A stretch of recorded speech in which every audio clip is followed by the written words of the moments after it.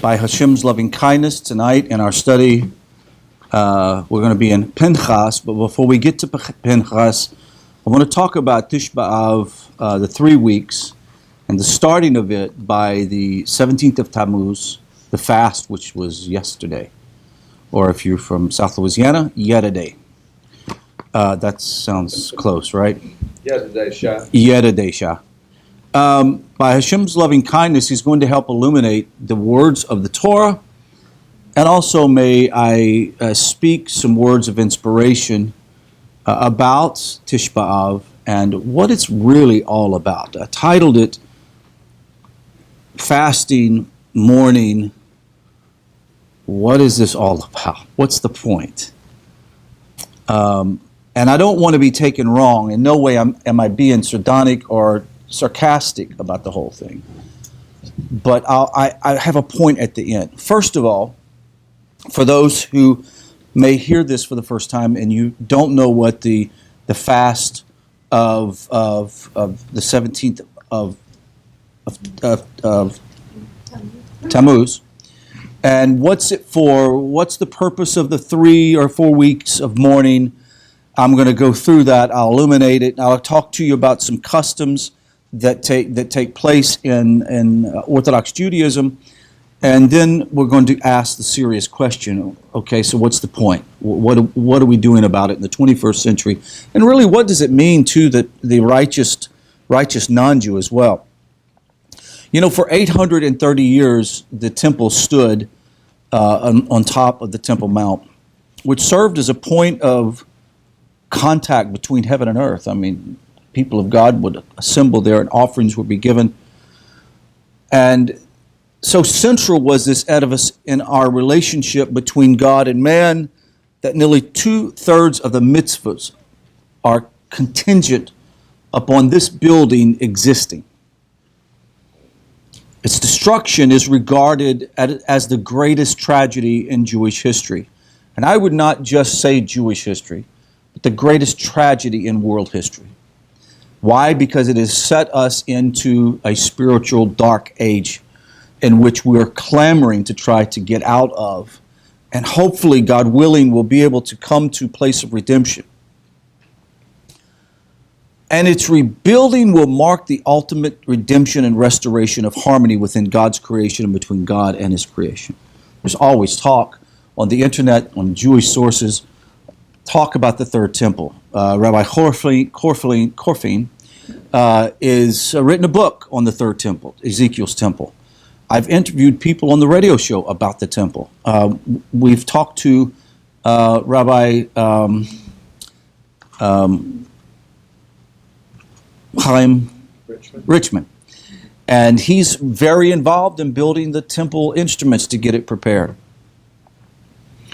We're living in a very self-aware time, especially in the Jewish world, but I would even say in the non-Jewish Christian world, Christians are even talking about the temple and it being built and what does it mean and all those things. A full 3 weeks of our year, every year, the 3 weeks between the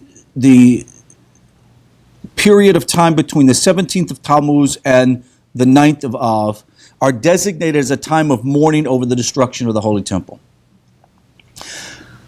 And the ultimate result of Galut, the exile that took place, a physical exile that sent spiritual displacement to the Jewish people all over the world and plunged the rest of the non-Jewish world into spiritual darkness. It was preceded by confusion of religions and ideas. Roman Catholic religion was birthed out of that period after. Islam was birthed out of that period. And it seems that people's whole lives were just brought into calamities. It is in this period many calamities befall the Jewish people. What is today's most memorable event that took place? What's the most memorable event that took place in Jewish life today? Holocaust. Holocaust? How about the golden calf? The sin of the golden calf happened today. Here we're doing this class and think about During this time, Moshe is on the mountain. They're building the golden calf. Oh, that's today. Today. Okay. So that's the 18th. Right. Unbelievable. All of these events in between the next 3 weeks, the reason why mourning is so palatable is that that galut, exile, has had a major impact. And in the Jewish world, for the last 2,000 years, it seems that on every time this year rolls around, some shoe drops and some major tragedy happens with the Jewish people. It was during this period between the Straits of the Dates, the first and second temples were destroyed. During this period, we lessened to extend our rejoicing. And here are some of the traditions that are done in Judaism. Conducting weddings have to be without music. Playing musical instruments or listening to music is not supposed to be done. Reciting the Shekianu blessing, thus, is not to, we do not wear new clothing or eat fruit, so we don't have to do that prayer. For example, we don't shave, men don't shave, women can shave, men don't shave, and they don't cut their hair. I believe in the Sephardic tradition. Starting only first of all, Right. but for the Ashkenazim, it's between the 17th. It's longer, right. Right. The laws of mourning are suspended for Shabbat. Can someone tell me why that would be the case? Used to rejoice on Shabbat.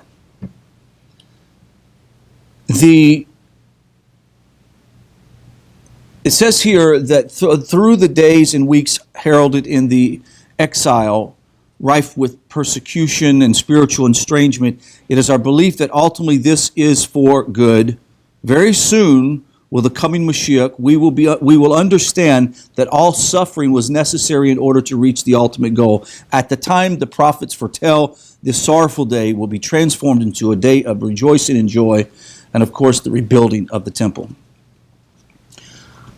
But during this time, it's not just about sadness and mourning, but it's about a yearning and a desire to see the temple rebuilt again. Aside from the things that we'd mentioned earlier, the technical rules and restrictions, during this period we spend extra time contemplating the less than perfect state the world is in now and what we can do to improve it by increasing in deeds of goodness.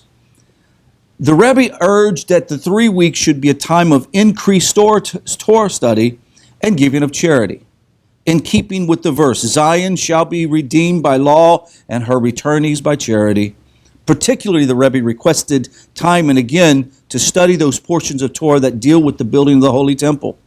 Why these laws? The Rebbe based this request on a dialogue that he cited in the Midrash. It says that transpired after God told the prophet Ezekiel to instruct then the exiles of the Jewish people about the measurements and the design of the third temple. So it is during exile that Ezekiel gets the plans for the third temple. What's the point of that? Well, the plan is how could you ever see the promise of returning home if there's no plan for the future? So yes, it's appropriate, and I would say the people of the nations, it's appropriate for you to spend time joining the Jewish people in your sense of mourning, because we know when the temple comes, redemption comes for us all. And then it won't be just the Jewish people that will be able to bring an offering, but you will bring an offering. You can bring an offering for your family, a peace offering, elevation offering. And that it all will work out and it'll be okay. Well, my issue is this one issue, that with all of the restrictions and the traditions that belong to this period of time, you can even shed a tear. You can even have a heavy heart. But if you're not doing anything to correct it, if you're not doing anything to act as if the temple's already here, what have you really done? What's the point of it? You might as well just go ahead and not fast and not doing these things if this is just an exercise of a tradition for you. However, what the Rebbe was saying is we increase our Torah study. We increase our Torah study to find out what we can do to bring about the elevation of every human being in the world. It's not just about crying a tear and sitting on the floor and being mourning. But this is about going out and making a change and make a difference in someone's life. We should be acting as if the temple is standing right now. We talk about all the things we can't do. Sure, we can't do a lot of things because we don't have a temple. But there are a lot of things that we can do. There are amazing things that we can do. We can go out and begin to give charity. We can go out to study Torah. We can actually begin to teach and instruct other people in Torah knowledge. If we would take this 3 weeks to not only lament the passing of the temple and the destruction of the temple, but also contemplate the beauty of redemption that will come when Mashiach comes and the third temple is built. Contemplate the time that this nation and every nation of the world, the knowledge of God will spread to every human being. And everyone will know Hashem like you do. Can you imagine living in that kind of a world? So yes, I'm mourning because we don't have that right now. But folks, we are so close to it now, it's not even funny. I mean, we're so close to seeing the redemption take place that I think it's going to be very difficult for some of us to feel much mourning. It's kind of hard to feel sad when you realize how far you've come. Think about all of the people that will listen to this video that are not Jewish, who are celebrating their life for the first time out of Avodah Zarah. They're not very sad, are they? They're very happy because redemption's come. So I call for my Jewish brothers and sisters who will listen to this. And yes, you have traditions that you must do. Yes, you must go through a period of introspection and sadness. But don't forget that redemption is so close that all you have to do is to taste it. And the taste of redemption is so sweet. And it's coming. And with that being said, we all should engage ourselves in a higher level of connecting to God as if the temple stands today. Just believe that the glory of Hashem, can you imagine what it's like when we wake up in the morning in the Messianic era and we get full downloads? Who knows? I don't know. Maybe we could use our cell phones. Who knows? But we get full downloads of the knowledge of Torah from the King himself. Can you imagine where Jerusalem, Israel is Jerusalem, the description, Israel will become Jerusalem and the world will become Israel. Can you imagine a day in which this is the commonwealth of Israel? Every human being will be living in the commonwealth of Israel. Not just the Holy Land, but the Holy World. The holy world. It's here. And so when I started reading all the text about mourning and sadness, I'm thinking, it's really hard to get in the mood when I realize how close we are to seeing the third temple built. We're so close that we're talking about in 24 hours things could be turned around. Do you realize that if they were to pull out the Mishkan that they have stored, that they pretty much know where it's at, and probably the ark is with it, when they pull it out, you know they don't have to have a temple built. The third temple does not need to be built to start doing sacrifices.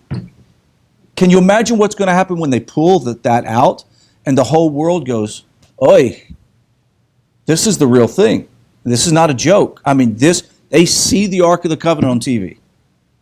Can you imagine what it's going to be like when the knowledge of God goes throughout the world? After this period is over, can you imagine what the 3 weeks of celebration that will be taking place in the Messianic era during this time?